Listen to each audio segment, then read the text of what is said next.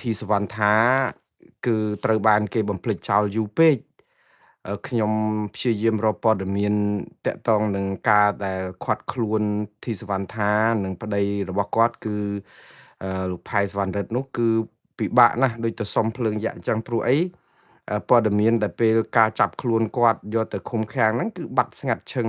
គ្មានស្ថាប័នណាព័ត៌មានណាទៅចុះផ្សាយឬតាមដានឬក៏ឈឺក្បាលនឹងរឿងគាត់សោះដែលវាជារឿងមួយចម្លែកដែរព្រោះអីតកតងនឹង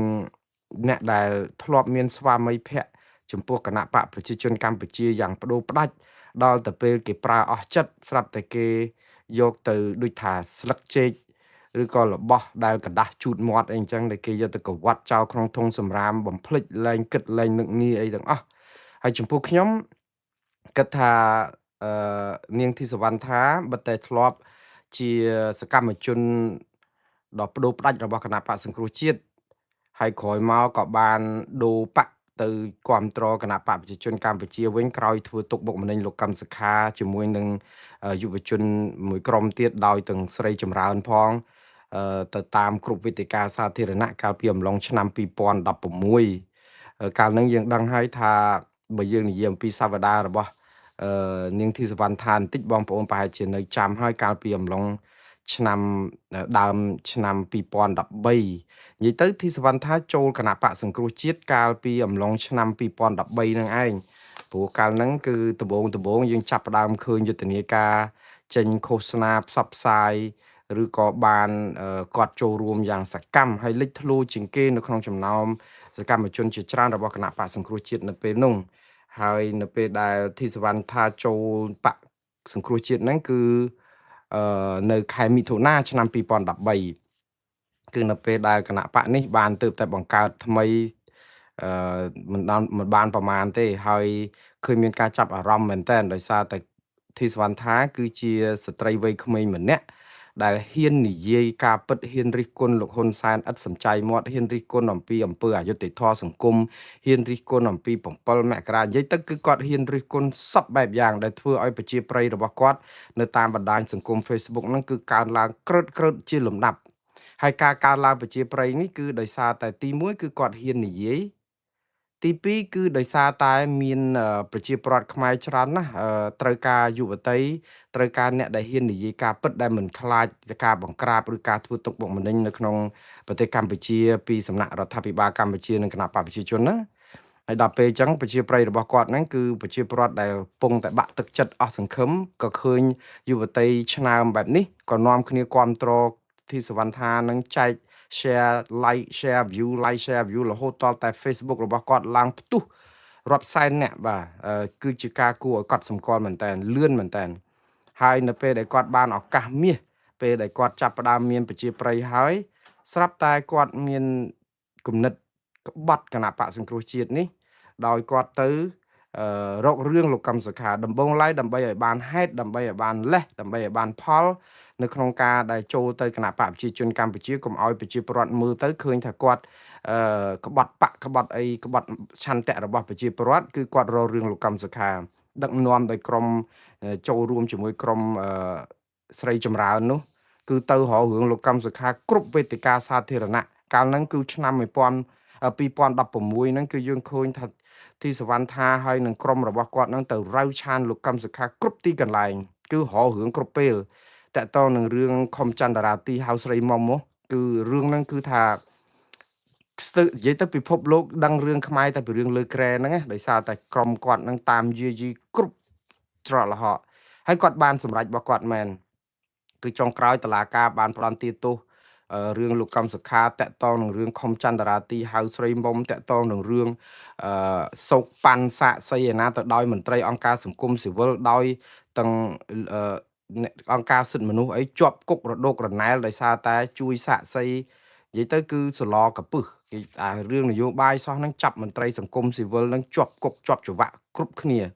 អាហ្នឹងដោយសារតែរឿងអតិពលនៃនាងធីសវណ្ណថាដែរនៅក្នុងការដែលគាត់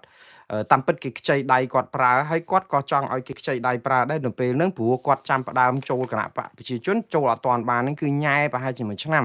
ពី2016មកហ្នឹងគឺចាប់ផ្ដើមញ៉ាយគណៈបកប្រជាជនកម្ពុជាតាមរយៈអំពើរបស់គាត់ដើម្បីឲ្យឃើញប្រឆាំងនឹងគណៈបកខ្លួនដែលខ្លួនធ្លាប់គ្រប់គ្រងពីមុនមកដែលមានប្រជាពលរដ្ឋគ្រប់ស្រឡាញ់យ៉ាងពេញទឹកពេញដីរហូតដល់សហរដ្ឋអាមេរិកនៅណាក៏នៅចាំវីរភាពរបស់ធីសវណ្ណថាដែរក៏ប៉ុន្តែក្រោយមកប្រជាពលរដ្ឋក៏ចាប់ផ្ដើមបាក់ទឹកចិត្តឬក៏ខកចិត្តយ៉ាងខ្លាំងនៅពេលដែលគាត់ចុះចូលទៅគណៈបកប្រជាជនកម្ពុជាហើយគាត់ចូលនៅខែឧសភាឆ្នាំ2017គឺប្រហែលខែនៅមុនបោះឆ្នោតជាតិ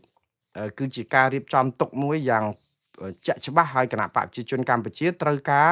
ទីសវណ្ណថាដើម្បីបំផ្លាញគណៈបកសង្គ្រោះជាតិព្រោះគណៈបកសង្គ្រោះជាតិកំពុងតែឡើងប្រជាប្រិយខ្លាំងមែនទែនដែលអាចឈានទៅឈ្នះឆ្នោតគណៈបកប្រជាជនកម្ពុជាហើយដូច្នេះដើម្បីបំបែកផ្ទៃក្នុងគណៈបកប្រឆាំងនេះឲ្យបែកខ្ទេចខ្ទីបានគឺមានតែខ្ចីមនុស្សនៅក្នុងបកនេះដែលជាសកម្មជនដូចធីសវណ្ណថាអញ្ចឹងយកទៅបំផ្លាញហើយយើងឃើញហើយតកតងនឹងមុននឹងមានព្រឹត្តិការណ៍ដែលចោះចូលនេះគឺយើងឃើញក្រោយមកក៏បែកធ្លាយសារឆ្លើយឆ្លងគ្នារវាងធីសវណ្ណថាហើយនិងលោកហ៊ុនសែនដែលតាក់ទងគ្នាផ្ទាល់តាមប្រព័ន្ធអេឡិចត្រូនិកហ្នឹងគឺមានឯកសារបែកធ្លាយដល់ទៅជាង400ទំព័រឯណោះតាក់ទងនឹងការឲ្យលុយដើម្បីបំបែកគណៈបកសង្គ្រោះជាតិដើម្បីធ្វើឲ្យខ្ទេចខ្ទីដើម្បីបរិហាដើម្បីផ្សព្វផ្សាយគឺឯកសារនេះគឺផ្សាយផ្អើលពេញពិភពលោកអ្នកណាក៏ដឹងដែរអំពីយុទ្ធសាស្ត្ររបស់ធីសវណ្ណថាហើយនឹងចៅនឹងតាកាលនេះយើងហៅថាចៅស្រីនឹងតានឹងគឺព្រោះអីធីសវណ្ណថាឆ្លងជាមួយនឹងលោកហ៊ុនសែនដែលប្រើពាក្យថាចៅស្រីនឹងហៅតាពេញមាត់អីអញ្ចឹងទៅនេះគឺជាចៅសំណប់របស់លោកហ៊ុនសែនសំណប់នេះក្នុងន័យថាសំណប់យកមកខ្ចីប្រើដើម្បីបំផ្លាញគណៈបកសង្គ្រោះជាតិទេមិនមែនសំណប់ដើម្បីយកមកដើម្បីប្រយោជន៍ជាតិទេក៏ប៉ុន្តែដោយសារតែប្រហែលជាអំពើកម្មអកុសលដែលធីសវណ្ណថាបានសាងជាមួយនឹងការធ្វើបាបគណៈបកសង្គ្រោះជាតិលោកកម្មសខាហើយនិងមន្ត្រីសង្គមស៊ីវិលជាច្រើនដែលធ្វើឲ្យជាប់គុកដោយសារនាងក៏មិនដឹងបានជាពេលនេះអ្វីគឺធ្លាក់ទៅលើខ្លួននាងនិងប្តីនាងដែរគឺលោកថៃសវណ្ណរិទ្ធនោះថ្ងៃនេះតុលាការសាលាដំបងបានសម្រេចផ្តន្ទាទោសដាក់ពន្ធនាគារលោកស្រីធីសវណ្ណថានិងប្តីរបស់គាត់គឺកំណត់ទោសម្នាក់3ឆ្នាំហើយបទចោទគឺតាក់ទងនឹងការផ្សព្វផ្សាយព័ត៌មានដែលធ្វើឲ្យបាក់ទឹកចិត្តកងទ័ពអញ្ចឹងអ្វីដែលការដែលគេចាប់គាត់ដាក់គុកហ្នឹងគឺដោយសារតែរឿងគាត់ផ្សាយព័ត៌មានថាធ្វើឲ្យប៉ះពាល់ដល់ទឹកចិត្តកងទ័ពតើព័ត៌មានអីដែលគាត់ផ្សាយប៉ះពាល់ដល់ទឹកចិត្តកងទ័ពចំពោះខ្ញុំជាអ្នកផ្សាយព័ត៌មានមួយរូបខ្ញុំគិតថាព័ត៌មានដែលធីសវណ្ណថាគាត់ផ្សាយនៅលើបណ្ដាញសង្គម Facebook ដែលឃើញបងប្អូនចែកទៅ share ពេញទឹកពេញដីហ្នឹងភាគច្រើនគឺគាត់ផ្សាយអំពីព្រឹត្តិការណ៍ជាក់ស្ដែងដែលកើតឡើងជាប្រចាំហើយមែនតើទៅអ្វីដែលគាត់ផ្សាយមើលទៅភាគច្រើនគាត់ផ្សាយអត់ខុសពីខាងគណៈបកប្រឆាំងហ្មងដែរនៃនេះក្នុងន័យថានិយាយអំពីការពិតក៏ប៉ុន្តែវាពាក្យពិតវារែងស្លែងឧទាហរណ៍ទៅហ៊ានខ្វះខាតមុខក្រោយបញ្ហាជំនួយមិនដល់កងទ័ពទេយកទៅដល់តែត្រឹមឃ្លាំងស្តុកទុកហើយអត់ដល់ដៃអត់ដល់អីទៅវាមានបញ្ហាច្រើនយ៉ាងនិយាយទៅគឺជាព័ត៌មានពិតដែលរដ្ឋាភិបាលឬក៏អ្នកធំនៅកងទ័ពអត់ចង់លឺទេប៉ុន្តែបើទៅហ៊ាននៅជួរមុខមកជាកងទ័ពដែលអត់ទទួលបានអាផលដែលរងតាមអំពើពុករលួយអីហ្នឹងគឺគាត់ពេញចិត្តឲ្យផ្សាយអញ្ចឹងដើម្បីឲ្យបានគេយកចិត្តទុកដាក់ដល់គាត់ក៏ប៉ុន្តែព័ត៌មានទាំងនេះនៅពេលដែលប្រទេសជាតិកំពុងតែឆ្លោះគ្នាជាមួយថៃត្រូវបានរដ្ឋាភិបាលកម្ពុជានិយាយទៅគឺគណៈបកប្រជាជនកម្ពុជានិងលោកហ៊ុនសែនតែម្ដងគឺមិនពេញចិត្តតតែសោះដោយសារថាផ្សាយបែបនេះគឺធ្វើឲ្យប៉ះពាល់ដល់ទឹកចិត្តរបស់កងទ័ពហើយម្យ៉ាងទៀតវាដល់ពេលល្មមដែលស្លឹកចេកឬក៏กระดาษជូតមាត់នេះคล้ายទៅជាសម្រាមទៅហើយផងព្រោះគាត់ប្រើទីសវណ្ណថាដើម្បីបំផ្លាញសង្គ្រោះជាតិនេះបានសម្រេចតកតងនឹងការដែលឲ្យធ្វើមិនហែកគណៈបកសង្គ្រោះជាតិឲ្យបែកជាចម្រៀកជាចំណែកអញ្ចឹងឲ្យក្រុមកម្មសខាឆ្លោះគ្នាជាមួយក្រុមលោកសំរងស៊ីអីអញ្ចឹងទៅគឺគាត់បានសម្រេចដែលធ្វើឲ្យគណៈបកប្រជាជនកម្ពុជាហ្នឹងមានលេសមានហេតុផលមានអីពេលដែលគណៈបកនេះបែកខ្ញែកអញ្ចឹងទៅគឺរំលាយគេចោលនៅក្នុងឆ្នាំ2017ខែវិច្ឆិកាហ្នឹងផងហើយក្រោយមកក៏ទៅបោះឆ្នោតឈ្នះភ្លុកទឹកភ្លុកដីដោយសារអត់មានគូប្រជែងហ្នឹងនៅឆ្នាំ2018អីហ្នឹងគណៈបកប្រជាជនកម្ពុជាយកតំណែងម្នាក់ឯងទៅហើយដល់ពេលលោកហ៊ុនសែនក៏គាត់ចាប់ផ្ដើម រៀបចំត្រួសត្រាយផ្លូវឲ្យជឿច្បាស់ហើយថាអស់ហើយគណៈបកសង្គ្រោះជាតិបានទីសវណ្ណថាជួយបំផ្លាញមាត់អស់ដែរក៏អញ្ចឹងក៏ចាប់ផ្ដើមលើកឲ្យលោកហ៊ុនម៉ាណែតឡើងជានាយករដ្ឋមន្ត្រីបោះឆ្នោតអាណត្តិឆ្នាំ2023ហ្នឹងក៏លោកហ៊ុនម៉ាណែតក៏ចាប់ផ្ដើមឈ្នះឆ្នោតឈ្នះអីទៀតទៅគឺគាត់ដូចថាវាគ្រប់គ្រាន់ហើយกระดาษជូតមាត់ហ្នឹងគឺអាចបោះចោលបានហើយសំតែធីសវណ្ណថាគាត់ស្មានថាគាត់នៅបពប្រឆាំងណាធីសវណ្ណថាគាត់ផ្សាយព័ត៌មានហ្នឹងតាមពិតវាអត់ខុសអីទេព័ត៌មានដែលធីសវណ្ណថាផ្សាយហ្នឹងគឺជាព័ត៌មានពិតដែលអ្នកណាក៏ចង់ឮអ្នកណាក៏ចង់ផ្សាយដែរក៏ប៉ុន្តែគាត់ភ្លេចខ្លួនធីសវណ្ណថាអត់ខុសអីពីលោកលីសាមេតនិងឌួងតារាឬក៏អ្នកដតីទៀតដែលជាលលកដែលគណៈបកប្រជាជនកម្ពុជាតាក់ទៅបានទេព្រោះគាត់ស្មានថាគាត់នៅកំពុងតែនៅក្នុងគណៈបកប្រឆាំងដដែលអាចនិយាយអីបានព្រោះអីចូលទៅគណៈបកប្រជាជនព្រោះនឹកឃើញថាស្អំចិត្តគេជួយបំផ្លាញគណៈបកប្រឆាំងបានហើយអញ្ចឹងអាចនឹងមានទឹកមាត់ប្រៃហើយមិនអញ្ចឹងនិយាយអីក៏បានដែរព្រោះអីការពិតមានរឿងអីពិបាកនិយាយព្រោះការពិតសោះក៏ប៉ុន្តែធីសវណ្ណថាខ្លួនឯងគាត់ភ្លេចគិតថាការពិតហ្នឹងវាជាពាក្យពិតរែងស្លែងតាកាលនៅគណៈបកប្រឆាំងនិយាយទៅគេក៏រករឿងដែរគាត់ថាគេរករឿងវាមិនទាន់ដល់ដំណាក់កាលដែលគេចាប់បានគេទុកប្រើសិនទៅបើគេមើលឃើញថាអូធីសវណ្ណថាគាត់ស្រែកអញ្ចឹងមានប្រជាប្រិយដល់ដំណាក់កាលណាមួយតម្លៃខ្លួនគាត់ឡើងទុកអត់តន់ចាត់ការគាត់ចាំទិញយកមកប្រើដើម្បីបំផ្លាញគណៈបកសង្គ្រោះជាតិអញ្ចឹងគេទុកឲ្យគាត់ស្រែកចឹងបានស្រែកចិត្តចឹងដល់ពេលដំណាក់កាលមួយត្រូវនឹងបញ្ហាចិត្តដែលគាត់ចង់ដូរផ្លាស់ផងហើយចឹងទៅគេក៏ទិញបានទៅគឺយកមកប្រើបន្លាជួបបន្លាគឺយកស្លឹកត្នោតខ្ចប់ស្ករត្នោតបំផ្លាញគណៈបកសង្គ្រោះជាតិដល់ពេលគាត់ចូលទៅក្នុងគណៈបកប្រជាជនកម្ពុជាគាត់បានការងារច្រើនណាស់ក្របខ័ណ្ឌរាជការក៏មានធ្វើជាអភិបាលរងនៃក្រុងអរិយខ្សាត់នោះទៅទៀតធំណាស់តំណែងនេះហើយក៏ជាសកម្មជនជាប់ជាអ្នកដែលជាប់នៅក្នុងជួរបកគណៈបកប្រជាជនកម្ពុជាហ្នឹងគឺថានិយាយទៅគឺចូលទៅគឺគេឲ្យមកប្រអប់ហ្មងគឺឲ្យមកកំ pl េមកកញ្ចប់ហ្មងឲ្យលើកដំកើងធំណាស់មុខមាត់ហ្នឹងតាមពិតការងារជាអភិបាលរងក្រុងអរិយខ្សាត់ហ្នឹងគាត់ទើបតែបានឆ្នាំ2023ហើយបានន័យថាគេនៅតែមិនចង់បោះគាត់ចោលទេព្រោះកុំឲ្យថាយកលលកមកគឺបំភ្លេចគេចោលអញ្ចឹងវាធ្វើឲ្យពិបាកតាក់លលកផ្សេងទៀតក៏ប៉ុន្តែដោយសារតែចរិតរបស់គាត់មួយតាមពិតមិនខុសឆ្គងទេចរិតរបស់គាត់ចូលចិត្តនិយាយរឿងអយុត្តិធម៌សង្គមហើយនិយាយការពិតដែរតាមពិតបើគាត់កំចូលគណៈបកប្រជាជនកម្ពុជាក៏គាត់ជាប់គុកដែរគេចាប់គាត់ដាក់គុកដោយសារតែគាត់ហ៊ានផ្សព្វផ្សាយព័ត៌មានពិតហ្នឹងតែដោយចូលគណៈបកប្រជាជនគេទុកពេលឲ្យគាត់យូរហើយគឺគេទុករហូតឃើញទេបងប្អូនឃើញគេទុកដើម្បីស្អំទី1ឲ្យលោកគណៈបកសង្គ្រោះជាតិលលាយអស់ទៅដើម្បីគាត់ជួយបំផ្លាញទី2គឺនៅពេលដែលរៀបចំបោះឆ្នោតបានលោកហ៊ុនសែនជាប់ទៅយកមកប្រើមួយរយៈដល់ពេលឥឡូវលោកហ៊ុនម៉ាណែតជាប់ទៀតហើយអស់មានតម្លៃអីសម្រាប់ឲ្យគណៈបកប្រជាជនទុកគាត់បើគាត់នៅតែហ៊ានផ្សាយព័ត៌មានអំពីអយុត្តិធម៌សង្គមតថភាពជាក់ស្ដែងនៅក្នុងសង្គមវាជាគ្រោះថ្នាក់បំផុតសម្រាប់គណៈបកប្រជាជនទៅវិញទេប្រើគាត់បានប្រយោជន៍ក៏ប៉ុន្តែព័ត៌មានពិតដែលគាត់ផ្សាយនេះគឺវាជាកំបិតចិត្តដងឯងបានន័យថាជាការដែលវាយប្រហារដល់គណៈបកប្រជាជនដែលដឹកនាំប្រទេសគ្មានសមត្ថភាពធ្វើឲ្យកងទ័ពខ្វះខាតមានបញ្ហាឥឡូវគណៈបកប្រជាជនកម្ពុជាត្រូវថ្លឹងទុកគាត់ឬក៏មិនទុកគាត់ហើយមានអីត្រូវទុកគាត់ទៀតបើប្រើដូចកណាត់ជូតមាត់กระดาษជូតមាត់អីហ្នឹងវាអស់ពេលហើយណាមួយធីសវណ្ណថាគាត់ដូចថាដូចថាទុកចិត្តខ្លួនឯងថានៅចិត្តសម្ដេចពុកពេកណាចៅសំណប់ជួយច្រើនណាបំផ្លាញគណៈបកសង្គ្រោះជាតិបានសម្រេចនេះគឺជាជោគជ័យមួយដ៏មហាសាលហើយគ្មាននរណាអាចនឹងមានឥទ្ធិពលធ្វើបានដូចធីសវណ្ណថាទេដូច្នេះគាត់ជឿទុកចិត្តខ្លាំងថាទោះនៅក្នុងតម្លៃណាក៏គេមិនហ៊ានធ្វើអីគាត់ដែរព្រោះគាត់មានខ្នងក្រាស់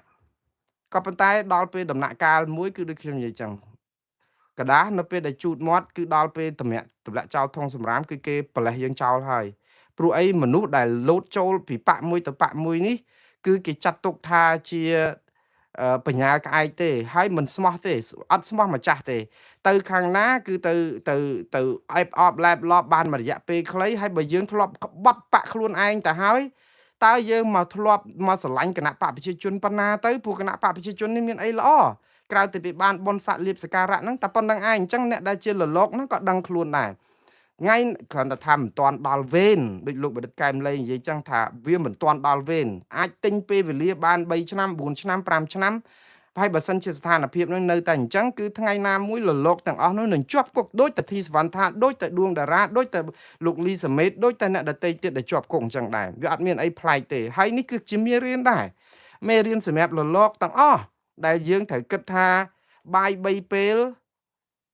ទី1គឺយើងសម្លាប់ជីវិតនយោបាយរបស់យើងទី2យើងធ្វើឲ្យប្រជាពលរដ្ឋទូទាំងប្រទេសកម្ពុជានិងនៅក្រៅប្រទេសផងខកចិត្តដោយសារយើងដូច្នេះអាគេដំណើរដល់អាស្រូវដល់អាសោចរបស់យើងនេះគឺយើងរស់នៅក្នុងមួយជីវិតដើម្បីបន្សល់គេអាស្រូវសម្រាប់កូនចៅយើងជំនាន់ក្រោយពេលដែលយើងស្លាប់ទៅហ្នឹងកូនចៅយើងនៅចាឈ្មោះយើងថាជាជនក្បត់បកជាជនឱកាសនិយមជាជនដែលបំផ្លាញសេចក្តីសង្ឃឹមរបស់ប្រជាពលរដ្ឋបើសិនជាយើងឈប់ពីគណៈបកប្រឆាំងឧទាហរណ៍ពីដើមឡើយទៅធ្វើស្រែចម្ការទៅសមាជីវោធ្វើស្អីទៅក៏មិនថៃដែរមិនស្លាប់ទេមកគ្រាន់តែបាយ3ពេលមិនស្លាប់ទេបងប្អូនក៏ប៉ុន្តែមនុស្សខ្លះរើសវិធីបែបនេះគឺសម្ភារៈនិយមបញ្ហាបុណ្យស័ក្តិលៀបសការៈហើយទំនាស់បុគ្គលឆ្លោះគ្នាដោយសារតែរឿងស្អីហ្នឹងគឺចិត្តទៅចឹងទៅដូច្នេះយើងក្បត់អត់យកប្រជាពលរដ្ឋទាំង17លានអ្នកជាងយកមកគិតអំពីស្រុកទេសយើងនាំគ្នាបំផ្លាញដូចទីសវណ្ណថាខ្ញុំសោកស្ដាយគាត់ណាព្រោះមនុស្សដែលមើលឃើញអំពីបញ្ហាស្រុកខ្មែរតាំងពីដើមទីមកវាអត់អាចអីស្រាប់តែធ្វើឲ្យសង្គ្រោះជាតិអឺពីចុងខែឧសភាឆ្នាំ2013រឿងគណៈបកប្រជាជនកម្ពុជាឃើញចំណុចខ្វះខាតអសកម្មរហូតដល់ប្រជាពលរដ្ឋខ្មែរទូទាំងប្រទេសនិងនៅសហរដ្ឋអាមេរិកផងគាំទ្រនាងគ្រប់គ្នាហេតុអីបានជាគេមិនគាត់ហេតុអីបានជាគេគាំទ្រដោយសារគាត់និយាយត្រូវហេតុអីបានជា3ឆ្នាំក្រោយមកអ្វីដែលគាត់និយាយហ្នឹងវាទៅជារឿងលេងសើចរឿងប្រឌិតរឿងអីទៅគាត់ទៅចូលគណៈបកប្រជាជនស្រាប់តែគណៈបកប្រជាជនល្អដូចផ្កាដែលគាត់បានតំណែងនេះតំណែងនោះអីអញ្ចឹងវាជាការដែលឱកាសនិយមក្បត់ឆន្ទៈក្បត់ឧត្តមគតិក្បត់មនសិការខ្លួនឯងដែលធ្វើឲ្យប្រជាពលរដ្ឋចាជាប្រវត្តិសាស្ត្រហើយនៅចងចាំពួកគាត់នៅអស់មួយជីវិតនៅក្នុងក្រាំងគម្ពីរនៃប្រវត្តិសាស្ត្រខ្មែរថាជាជនក្បត់មនសិការខ្មែរខ្ញុំសោកស្ដាយមែនតើដែលអាណិតពួកគាត់ដែរអាណិតត្រង់ថាមិនដឹងថាកតាជីវភាពកតាស្អីខ្លះសម្ពាធអីគេខ្លះនៅក្នុងគ្រួសារគាត់យើងអត់ដឹងក៏ប៉ុន្តែខ្ញុំនៅតែលើកទឹកចិត្តឲ្យបងប្អូនទាំងអស់គ្នាត្រូវយល់ថាធីសវណ្ណថាសប្ងៃនេះនឹងប្តីរបស់គាត់គឺលោកផែសវណ្ណរិទ្ធគឺជាជនរងគ្រោះនៃអំពើអយុត្តិធម៌សង្គមទេបងប្អូនព្រោះគ្មានអ្នកណាផ្សាយព័ត៌មានពិតត្រូវជាប់គុកទេការផ្សាយព័ត៌មានពិតមិនមែនជាកម្មវត្ថុនៃការជាប់គុកទេផ្ទុយទៅវិញគឺជាការដែលមិនព្រមដោះស្រាយបញ្ហានៃការផ្សាយព័ត៌មានហ្នឹងទេដែលយើងជាបញ្ហារបស់សង្គមអញ្ចឹងនៅស្រុកខ្មែរគឺគេប្រើវប្បធម៌មួយគឺអង្គុយបក់ផ្សែងគឺគេអត់រួចភ្លើងទេអញ្ចឹងឥឡូវនេះគេចាប់ផ្ដើមបិទអ្នកដែលផ្សព្វផ្សាយបិទអ្នកអីអញ្ចឹងទៅជាគេហៅអាកមន់គម្រាមសัตว์ស្វាអញ្ចឹងធ្វើឲ្យអ្នកកសែត MMO ឬក៏អ្នកផ្សព្វផ្សាយសូម្បីតែសកម្មជនឬលលករបស់គណៈបកប្រជាជនដទៃទៀតដែលទិញមកបានពីគណៈបកសង្គ្រោះជាតិឬគណៈបកប្រឆាំងហ្នឹងគឺត្រៀមខ្លួនអ្នកឯងចាំតែថ្ងៃឯងអញ្ចឹងគាត់រស់នៅសប្ងៃជាមួយគណៈបកប្រជាជនដូចទឹកលើស្លឹកឈូកអញ្ចឹងណាបងប្អូនកលេសកឡកហើយអត់មានព្រលឹងក្នុងខ្លួនទេមួយថ្ងៃណាក៏អង្គុយគិតថាតើត្រូវសរសើរអីពីគណៈបកកណ្ដាលអំណាចប៉ុន្តែអាការសរសើរហ្នឹងវាក្បត់ឧត្តមគតិមនសិការរបស់ខ្លួនប៉ុន្តែបើហ៊ានតែងាកតែបន្តិចគឺធ្លាក់ក្តុកហ្មងទឹកហ្នឹងគឺកពុបដល់ដីហ្មងហើយគាត់សុកចិត្តជ្រើសរើសអញ្ចឹងណាអ្នកខ្លះមានហាងដូណាត់មានការងារមានអីធ្វើនៅស្រុកអាមេរិកនេះគឺសុកចិត្តទៅលុតស្បែកជើងក្រាបលិតស្បែកជើងគេនៅស្រុកខ្មែរហ្នឹងគឺដើម្បីយកលៀបសការៈយកបុណ្យស័ក្តិហើយនឹងដើម្បីដោះស្រាយចំនួនកំហឹងបុគ្គលជាមួយក្រុមណាបពពួកណាតែចោលខ្មែរយើងទាំង18លានអ្នកដែលអះអាងថាគាត់ចោះចូលទៅគណៈបកប្រជាជនដើម្បីជួយសង្គ្រោះរដ្ឋាភិបាលកម្ពុជាដែលកប៉ាល់លិចធ្លុះធ្លាយដែលពីដើមឡើយហ្នឹងគាត់ហ្នឹងក៏คล้ายទៅជាជនដែលរត់ចេញពីគណៈបកប្រជាជនកម្ពុជាគេតាមធ្វើទុកបុកម្នេញមកដល់សហរដ្ឋអាមេរិកសុំសិទ្ធិច្រកកោននយោបាយអីអញ្ចឹងទៅហើយដល់ពេលហើយទៅកុហក USCIS ទៀតទៅកុហកសហរដ្ឋអាមេរិកទៀត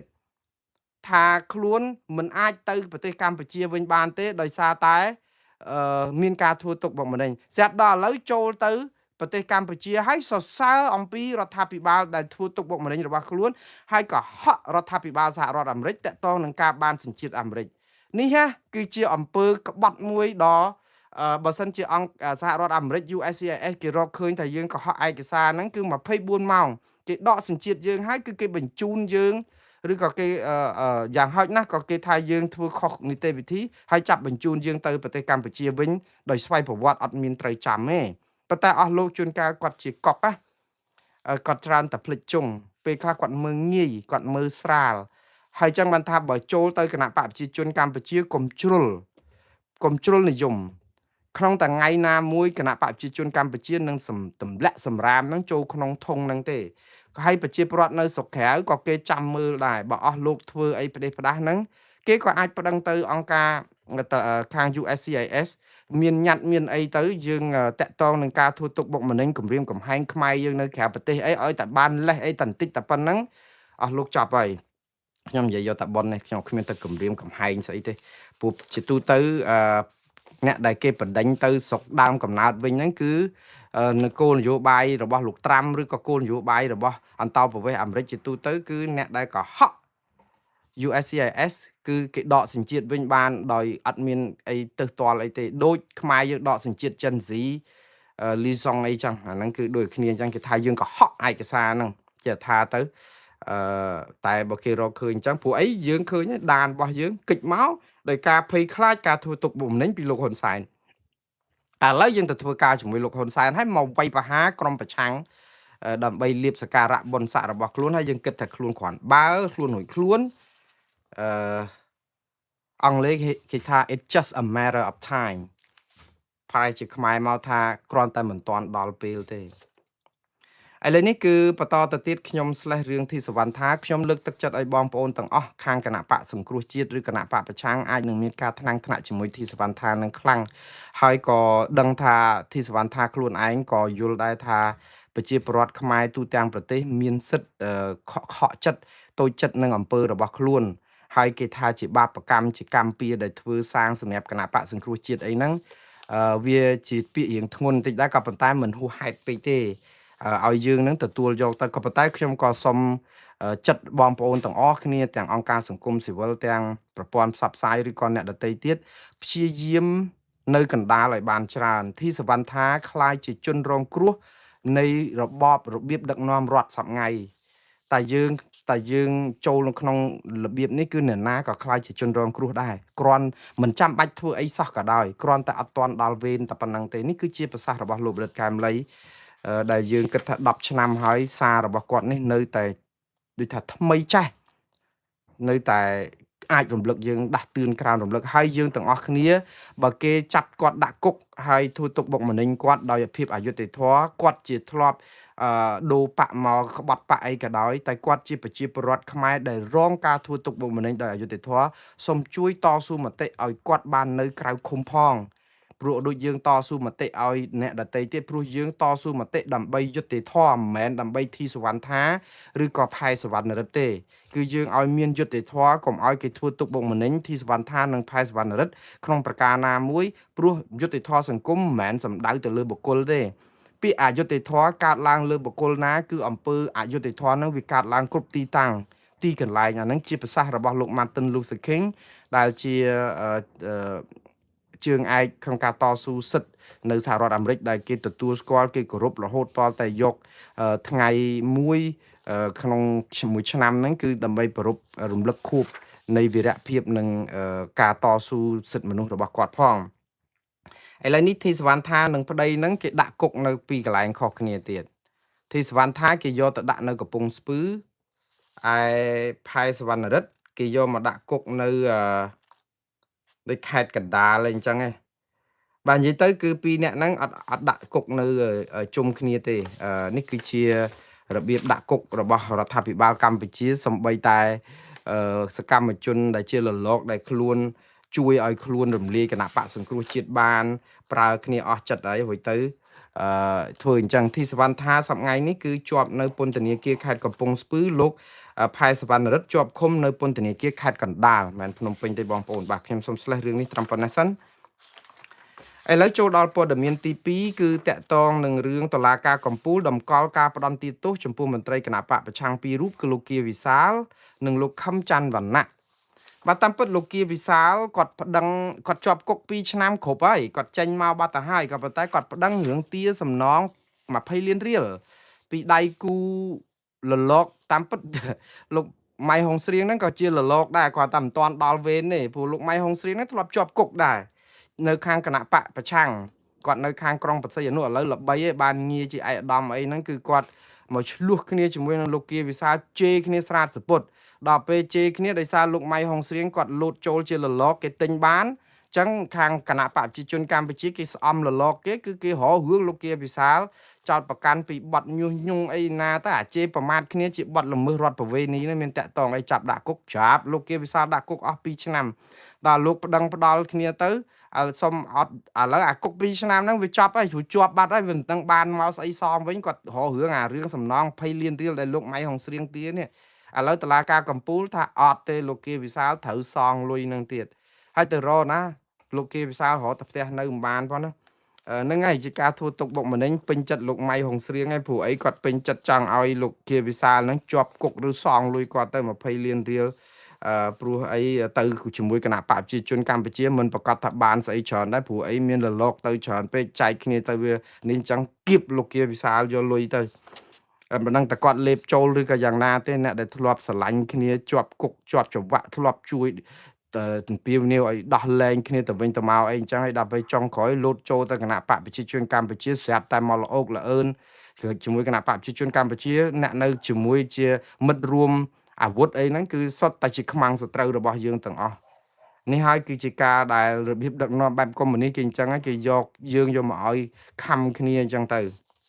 ហើយយើងខំគ្នាគឺយើងខំយកតែមែនតែនហ្មងព្រោះអីធ្លាប់ដឹងចំណុចខ្សោយគ្នានោះចឹងគណៈបកប្រជាជនកម្ពុជាធូខ្សុយអត់ចាំបាច់យកមនុស្សគេមកប្រើទេគេយកតែមនុស្សគណៈបកប្រឆាំងយកមកប្រើហើយយើងនឹងគឺคล้ายទៅជាឧបករណ៍ជាទំនិញទិញដាច់ថ្លៃណា